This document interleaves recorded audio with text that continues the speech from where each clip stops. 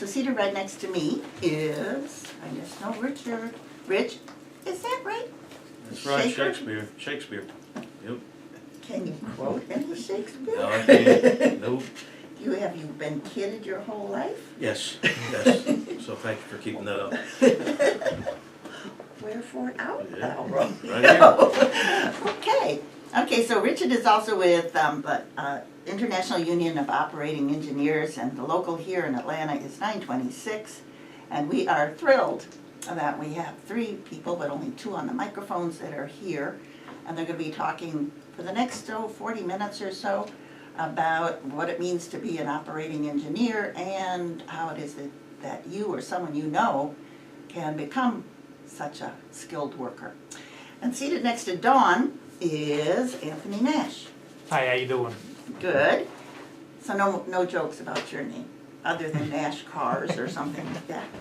I'm going to ask both of you, when you first start speaking, to explain your position in the union that you have. All right, so let's start off right away by just letting our listeners know, all right, what's an operating engineer do? All right, operating engineer. They're on the job. They run all pieces of heavy equipment, bulldozers, backhoes, cranes, tower cranes, drill rigs. Anything that's too heavy for man to move, we move with our equipment. Well, explain that a little more, because I don't know that everybody knows what every one of those things does. All right, backhoes are used to dig ditches or move dirt. The ditches, they put either plumbing or electrical equipment in. They can be used to put grease traps in, fiber optics, anything like that. Bulldozers can be used to move, to take hills, smooth them out, make them so you can build parking lots, building pads. They can take trees down with them. Cranes, you see them on the job. They go up and down the road. They can be any types. They can be in warehouses, an overhead type crane.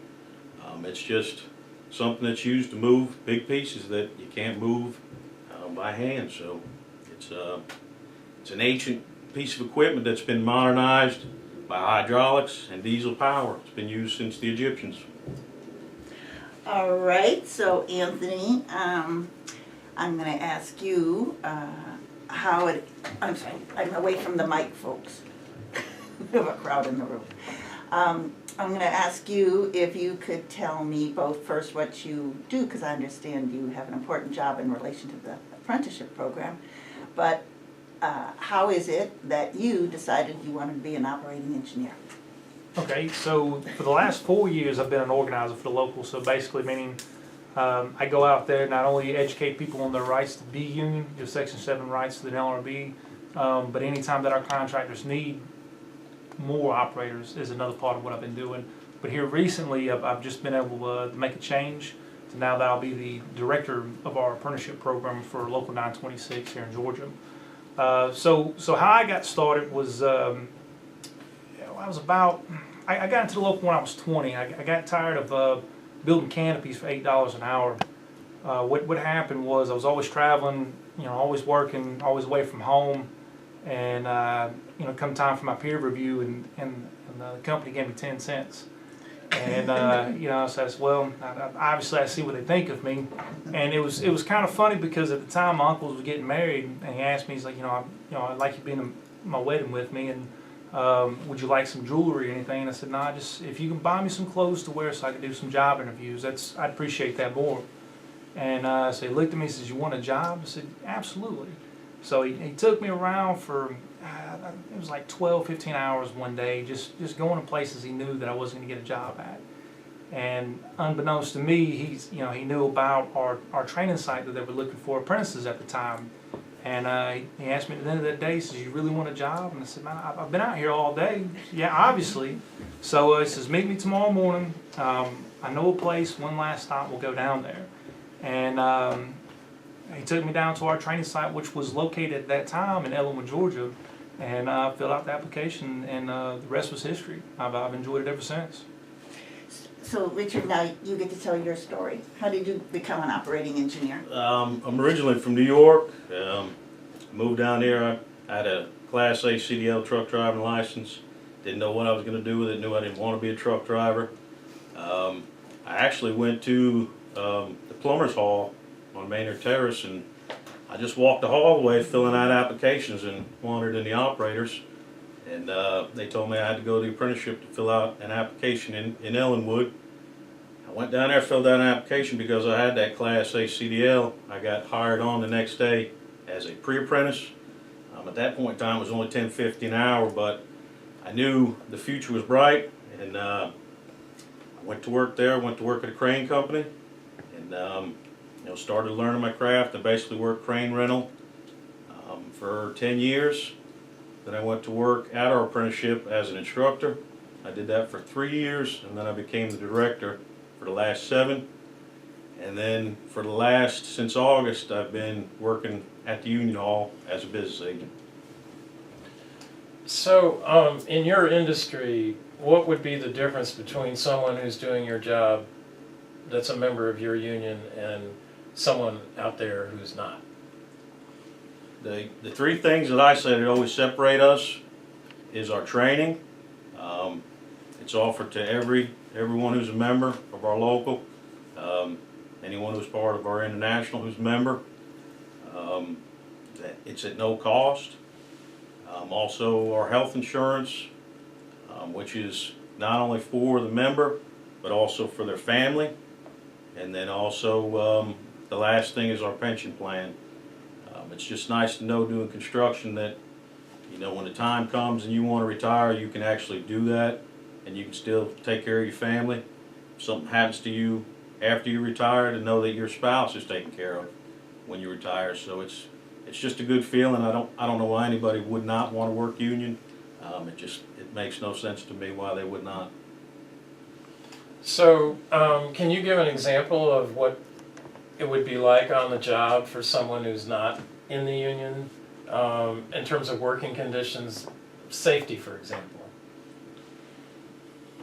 I would say that we are, as a union, and that not only goes for operating engineers, but I believe it stands for all crafts, that we're more highly scrutinized because we're supposed to be a higher standard, we're supposed to be higher trained, we're supposed to be higher skilled, which I believe we are, as to where a non-union worker sometimes fears for their job and puts safety on the back burner just because they're scared of that paycheck. The famous line is, "Don't let your pocketbook designate your safety." Anthony, all right, so can you tell me how many people in the Atlanta area? Is your local just Metro Atlanta, or is it bigger? Actually, the easiest way to say is we take up half the state. So the way I explain to people, if you carve up underneath Columbus, Macon, and then it shoots right above Augusta, we take everything north of the state borders. So there's actually 2 locals for IUE in Georgia. 926 is our jurisdiction, and then 474 down in Savannah, they take everything south of Macon to the state borders. Okay, so do you know membership either in your local or statewide? So in our local, we have about 1,400 members here, like I said, in our jurisdiction, that are out there running heavy equipment right now. Could you mention, when you drive around Atlanta, you see cranes everywhere. So what job sites? So when people go by, they might want to toot and wave if they're union supporters, and give a shout out. So where would we find your members in Atlanta at this moment? At this moment, the new Capitol building right there, the building right across the street from the Capitol, those 2 tower cranes right there, those are our members. Going around the north side of 285, you got the State Farm building, which again, those are our members. Grant Park, right down the street, you have a dirt company, Dennis Taylor, doing a lot of the dirt work right there. If you want to go back even further, we actually ran a lot of the cranes out there at the Falcon Stadium. I was one of the crane operators on that one. The new, I may be misspeaking on this one, the name of it is the Hard Rock Hotel, right there across the street from the new Mercedes-Benz. Like, not only is the dirt operators, but the tower crane going up on that one is also our members as well. So also, from time to time, you'll see the buck hoists, which are on the side of the buildings, which is an outside elevator. We man those as well. There's another job site which is only a few blocks from here, right there, right behind Videodrome. Jan Wilkerson is doing that retail building right there as well. So I mean, I used to tell everybody, I mean, we literally built this city. I mean, just one of our past presidents was a crane operator setting the Olympic torch out here for the Turner Field. So I mean, we've been around. If like Rich said, if it needs to be picked up and moved, we've done it. And we'll keep doing it. All right, we'll take a little break for a message from WRFG, and then we'll be right back with our guests talking about who's moving this city in terms of construction. Are the guys right here in this room. Take care now and stay tuned. Welcome back to the Labor Forum here on WRFG 89.3 FM. We, Paul McLennan, Don O'Neill, and I are here to ask questions about what it means to be an operating engineer and how it is that people can get into the apprenticeship program that is offered not just only by this construction trade union, but by many others. So before I begin with another question on that, I do want to remind everyone that the opinions expressed on this program may not necessarily be those of the board of directors, staff, or volunteers. And I do want you to know that we have our pledge drive coming up starting next Monday, and we truly encourage you to donate whatever you can to WRFG and specifically to this program to let us know that you appreciate what we do here. All right, so in the studio with me is Rich and Anthony, both from the operating engineers, and actually Mark is sitting in the corner who claimed that he was going to cough and therefore couldn't be on air, but I haven't heard not one cough, have you all? Anyway, so these three union brothers are here because there is a community-wide effort that I understand from Randy Beal to really make sure that all the communities in the Atlanta area get the opportunity to know that there is real union jobs with union wages, union benefits available as part of becoming an apprentice in one of the many skilled trades necessary in construction. So we're going to now talk about how it is that you, your children, your friends, somebody you know could take advantage of this opportunity. So I will ask, how is it that, what is it that people do to become an apprentice as a operating engineer? There's actually two ways to become an operator. The first one is apprenticeship, like you mentioned. That's how all of us in this room, Mark, Anthony, and myself, all got into the operators. It's a simple process, filling out an application at our apprenticeship office. When you come, there'll be 5 things you need to bring: a driver's license, a high school diploma or GED, a birth certificate, 3-year motor vehicle record, and a character reference letter on some type of company letterhead. It's also a possibility to get in and get away from the high school diploma or GED if you've got 2 years of verifiable construction-related experience. That same way you just get your employer to verify that on their letterhead. Once you have an application on file, you'll be notified when they're going to do oral interviews. We do those at least 2 times a year. It's based on work. We don't want to bring in a class and not have any positions to put people at. So we ensure we have the jobs before we do the interviews. That way we don't interview someone, we accept them, and then we don't have any place to put them to work. So you make it through the interview process. If you receive a passing score based on our Department of Labor standards, you'll get a letter to come in for class. You do 2 weeks initial training. It's OSHA-based safety training. We have forklift training, rigging and signal persons training we do. Just the basics to get you out on the job within 2 weeks. We try to teach you as much as we can hands-on the equipment, but granted there's only 2 weeks to do that, along with probably about 40 hours worth of classroom they have to do also. After that, you go out in the field, 6 months in the field working for one of our contractors, at which point in time you're getting paid. I believe it's 62 or 63% of journeyman's wage. After those 6 months, you start coming back to class every quarter for a week. Anytime you're at the training site, you're not getting paid. Anytime you're out at work with our contracts, you're getting paid. The program just moved last year to 4 years, 8,000 hours. So it's an intense program. There's a lot of training that goes on there. We're implementing new stuff every day, so it's just a great way to get experience and not pile up a whole lot of student loans. My wife's a school teacher. It took us almost 8 years to pay back her student loans with my union wages. I tell her all the time. She's not very happy about that. So, Do you have anything to add to that? About the only thing that I can add is that, like we were saying earlier, we just moved our training site from Ellenwood from 27 acres out there to Cedartown to 90 acres. So that gives us a lot more room to be able to grow, to be able to dig, run the equipment, the tower cranes. But something else that it's very uniquely different to us is that we're also pairing not only our local training, but our international training out there in Crosby, Texas. So any training that we don't have here, you can go out to Crosby, Texas to this. I mean, it's just state of the art. They just opened it up last year. By being a member, they fly you out there, no cost to the members, room and board. I mean, when I was out there last year, it's better than any resort I've ever stayed at. And like I said, no cost to me. They feed you 3 square meals a day, and you get 2 to 3 different choices to pick. And phenomenal teachers all over the U.S. and Canada that are coming down to make sure that our members are top notch and getting the groundbreaking technology teaching that they possibly can do. And we're integrating both of these programs together simultaneously.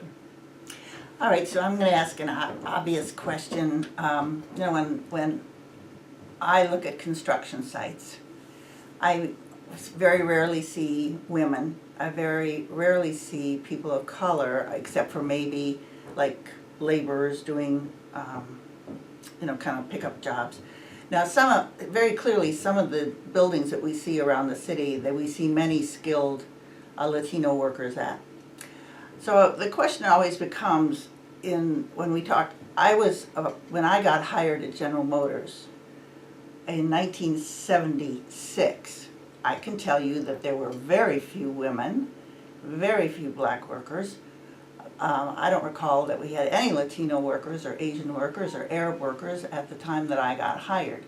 There was a great deal of, I would say, hostility, open hostility to those of us who weren't white guys. And it took a while, but I think, to me, the big thing in my life always has been is that workers should be in solidarity with each other. I want to ask you very pointedly about how it is that you are breaking down any resistance, because there was resistance by the men at this General Motors assembly plant to women coming in. They claimed that we were taking their jobs.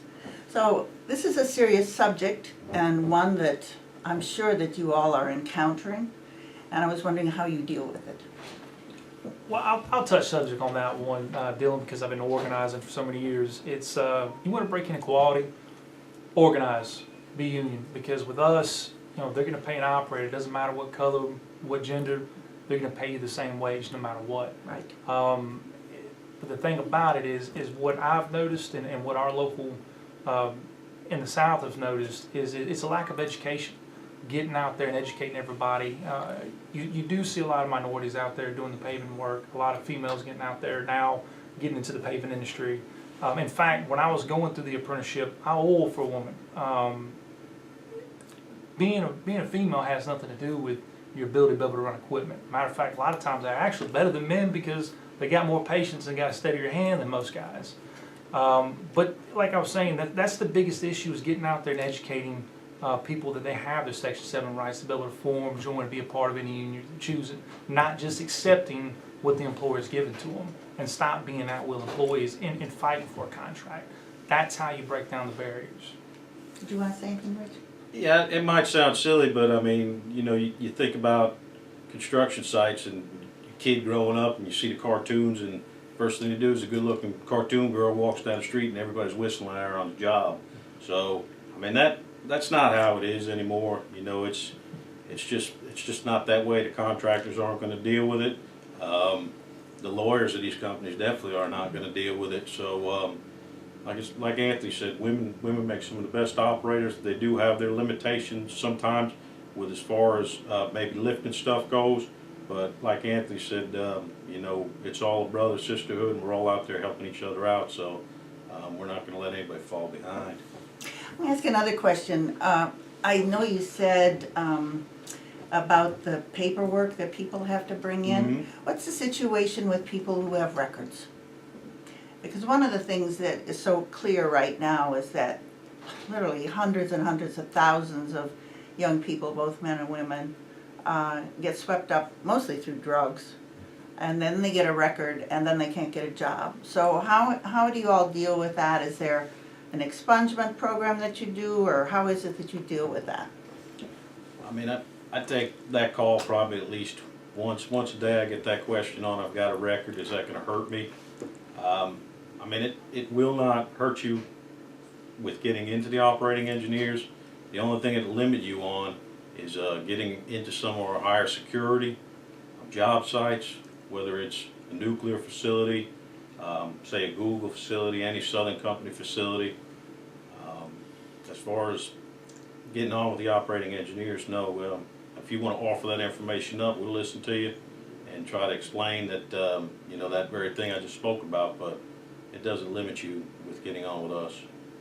Well, I think I want to repeat that. I want you both to repeat that, because on this program, we've had many people who are in fact dealing with the issue of what happens when people get out of jail or prison, and the inability to be able to get a job. And so the fact that somebody could have made a mistake and could have been caught up in something that they, you know, are not really criminals in any way, aren't any problem with anybody, but nevertheless now have a record, and that then not just impacts them, but impacts their futures, their families, their children, and it continues the cycle of poverty. So say it one more time about that relationship, or how it is that the operating engineers deal with that question. There is one thing on that I did miss on that I do want to speak about when you mentioned the drugs, is that if you've done them in the past, you can't do them with us. I mean, we drug test people when they come and fill out a job referral. When they get to the job, to the contractor's office, they probably have to take another one then. And then when they get to the job site, chances are they'll have to take another one. We've had operators that have been randomly tested 7 times in 1 week for no reason other than it's just random. So I bring it back to the insurance companies again. There's just too much at stake with human lives and expensive equipment that they're not going to deal with somebody being under the influence of alcohol or drugs. But like I said before, it's not going to limit somebody if they have a past. Criminal past with getting on with us, but it may limit them with some of the job sites they can get on. So I have a question about the apprentice programs as far as recruitment. What kind of outreach, well, besides being here today, are you doing to reach, let's say, high school students? Well, you know, actually, one of the two things that are actually what I and another organizer do, plus the training site, we go out to high schools. Not only do we reach out to them, but they reach out to us as well. So we make sure that we get out there, and not only to the high schools, we also get out there to the veterans as well. So because they're also coming out of the military, and they don't really have a lot of options that they know of, and not knowing that they can, you know, do the helmets, the hard hats, and go into our, you know, direct entry into an apprenticeship program. So, you know, whatever we can, whether it's putting it on Facebook, putting it on our local's website, or going out to these schools and just getting into the community. I mean, we're out there every day, all day, you know, raising the banner to make sure everybody knows about the IUOE. Can you give that, I mean, we'll do this again at the end, but can you give that information now about how to get in touch with you? Absolutely. For anybody that's interested in more information, you can go to iue926.org.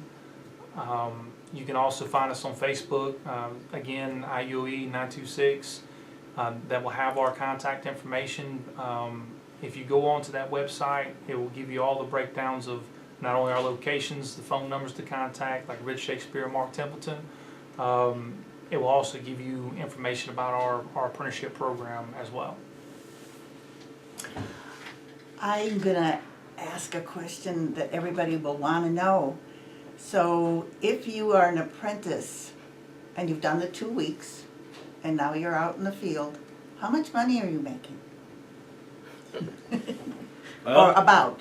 Yeah, I mean, it all depends on obviously the hours you work, because they are paid hourly, but you know, a first semester apprentice in the first 6 months, and you know, they could make $25,000, $30,000 in the first 6 months, and then they receive a 5% raise after their first 6 months, passing the skill set and getting that 1,000 hours. Basically, as you progress through the apprenticeship program, every 1,000 hours and every skill set you pass, which is, for example, forklift certification, CDLA, backhoe test, loader test, dozer test, crane test, any one of those things, each time you get a 5% raise and then a 4% raise until you eventually top out. So, you know, 8 semester apprentice, if they're working a powerhouse job to where they're working 6 days a week, 10 hours a day, I mean, to make $80,000 is not out of the question. So there's a lot of money to be made and not a lot of student loans to be had.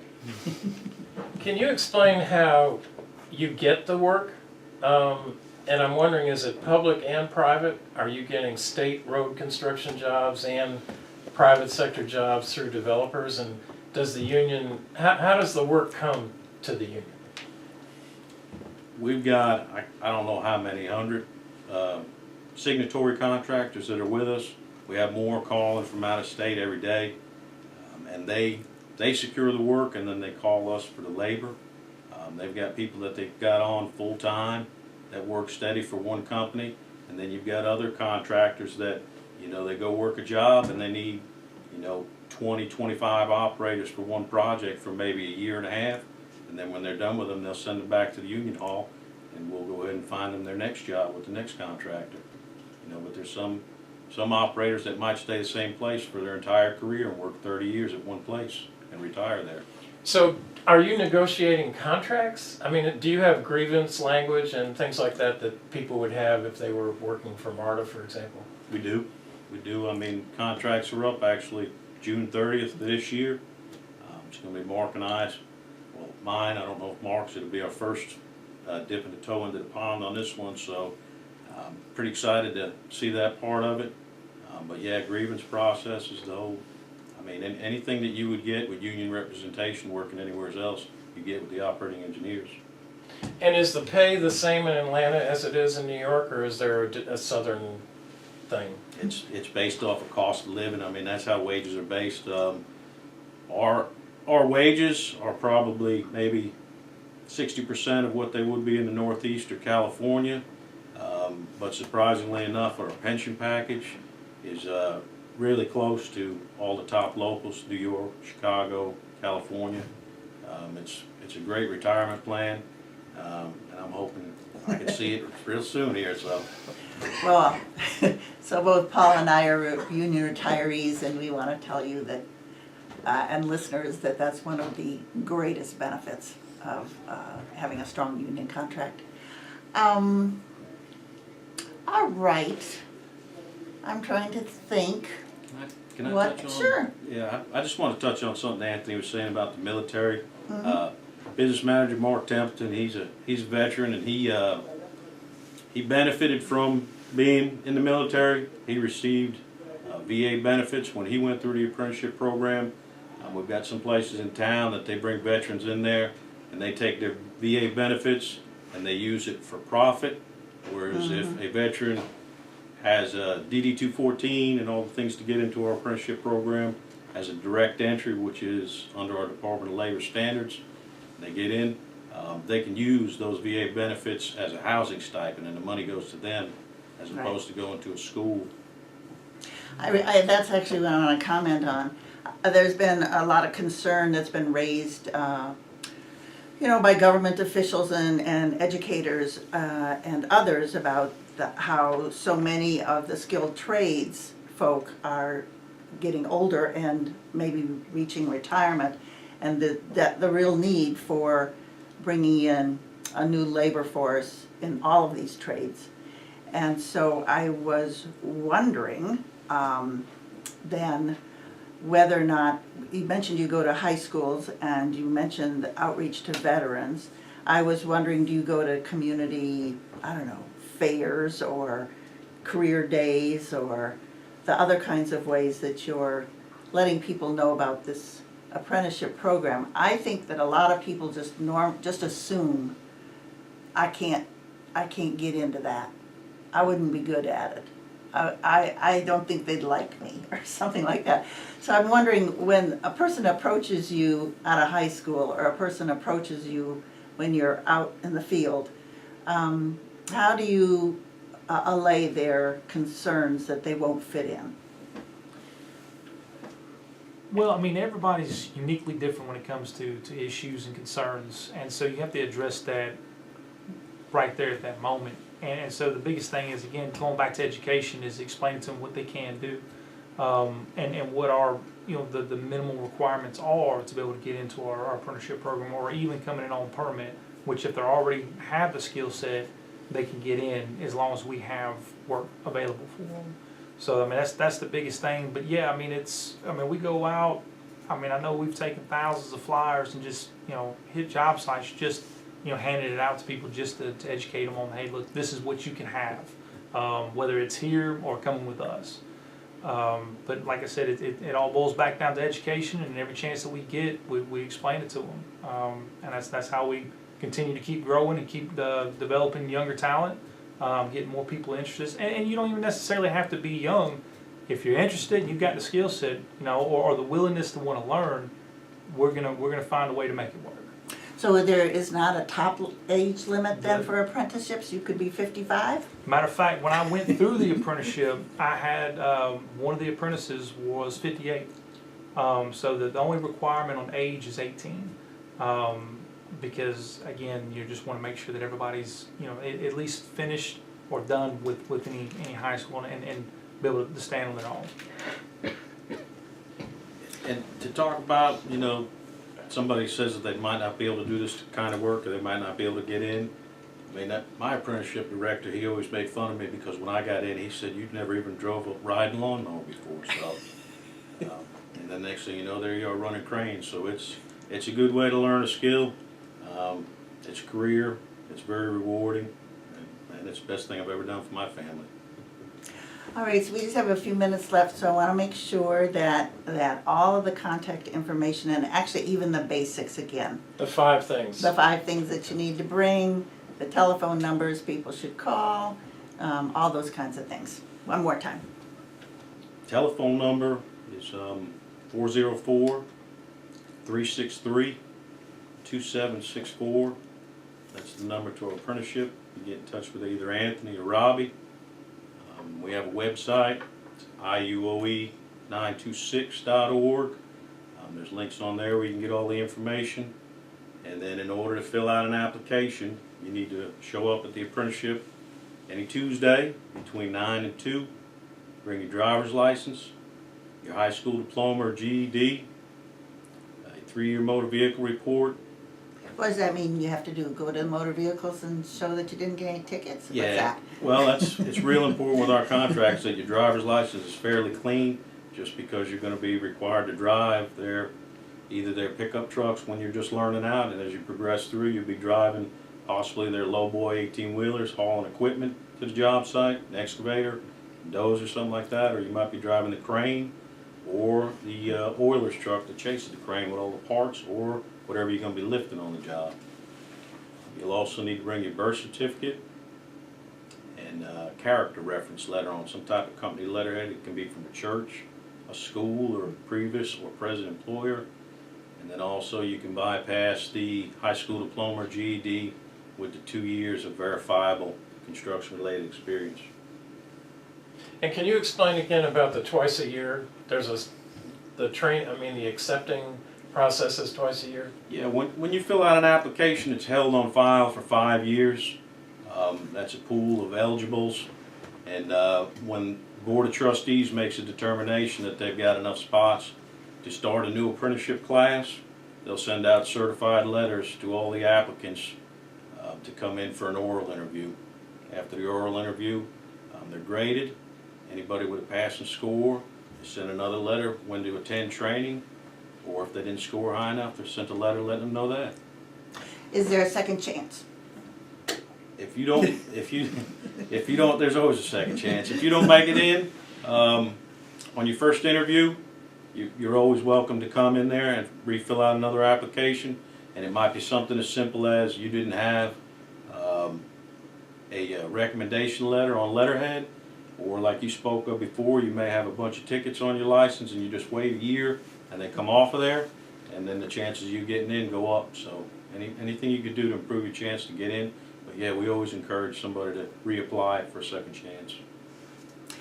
So I know one of the things people will want to know is, have you already made a determination that you actually need more apprentices, so that now's the time to strike, the iron's hot, let's do it? Or would they be inclined to be waiting a while? I mean, we always encourage people to fill out applications, because that is the first step in the process.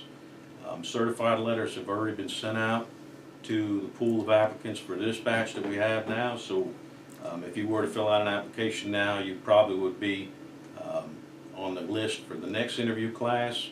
But like you said, there's cranes all over Atlanta, there's work all over Atlanta. People are retiring all the time, so we need good help. And the only way to do that is fill out an application and come down to the apprenticeship and hopefully get accepted and start your career. One more time, the address of the where the apprenticeship office is. Right now it's at 6521 Dale Road in Rex, Georgia 30273. All right, I think our hour is up. I want to thank both Rich and Anthony and Mark in the corner for being here today. I hope that this is proven to be a very informative discussion that we've had here. And I certainly hope that there's at least 1, 2, 3, 10 people out there who say, this is exactly what I have been looking for. I'm gonna do it right now. So wait for them to get back to the office tomorrow. And we thank you very much for listening to WRFG. We thank our guests. And we will be back again next Monday, which is the start of the pledge drive for WRFG. We do want to encourage you. You can call, you can go on our website, you can bring your donation into the building here at 1083 Austin Avenue or mail it here. And we will be talking about why you need to support WRFG, because in our opinion, we support you. That's it for today. Take care.